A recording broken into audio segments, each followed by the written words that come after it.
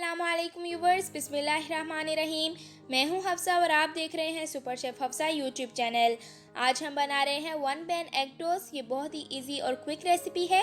Recipe पे जाने से पहले आज की हदीस, रसूलुल्लाह सल्लल्लाहु अलैहि वसल्लम ने फरमाया, बेशक अलामात क़यामत में से है कि दीनी इल्म उठा लिया जाएगा, जहालत फैल जाएगी, शराब पी जाएगी और ज़िना आम हो जाएगा।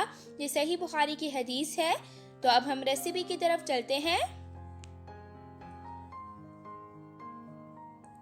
सबसे पहले हमने एक ब्रेड स्लाइस लेनी है और उसे हाफ कर लेना है।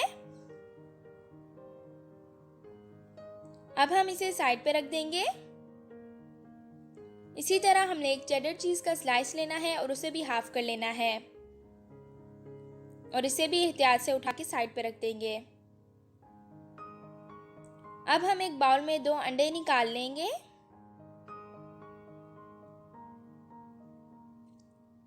अब हमने इसे अच्छे से फेंट लेना है।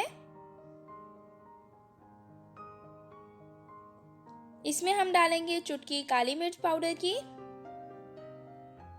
चुटकी नमक की और थोड़ी सी धधरी मिर्च। आप इन्हें अपने टेस्ट के मुताबिक सेट कर सकते हैं। अब हम इसकी मदद से इसे विस्क कर लेंगे ताकि ये फ्लफ़ी हो जाए।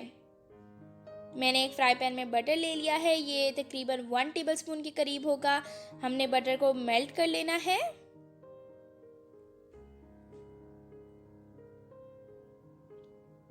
अब हम इसमें अंडे का मिक्सचर डाल देंगे जो हमने तैयार किया था। हमने इसे बिल्कुल लो फ्लेम पे पकाना है और जो ब्रेड स्लाइस हमने काटा था उसे अंडे से कोट कर लेना है, बिल्कुल इस तरीके से। अब हमने जब एक साइड से अंडा पक जाए तो एहतियात से इसकी साइड चेंज कर लेनी है, बिल्कुल आराम से। 2 चम्मच की मदद से आप कर लें साइड चेंज। अब हमने इसके जो साइड पे थोड़ा सा अंडा है इसे अंदर की तरफ फोल्ड करना है और उसके बाद अच्छे से प्रेस कर देना है, बिल्कुल इस तरीके से अंदर की तरफ फोल्ड करेंगे और फिर अच्छे से प्रेस करेंगे। अब हमने इसकी एक साइड पे केचप लगा लेनी है। आप मायोनीज़ भी लगा सकते हैं और जो चेडर चीज़ के स्लाइस थे वो रख देंगे हम दूसरी साइड पे। और अब हम अंडे को फोल्ड कर देंगे। ये देखें, टोस्ट को फोल्ड कर दिया और चीज़ को मेल्ट कर लेंगे। अल्हम्दुलिल्लाह हमारा वन पैन एग टोस्ट तैयार हो चुका है।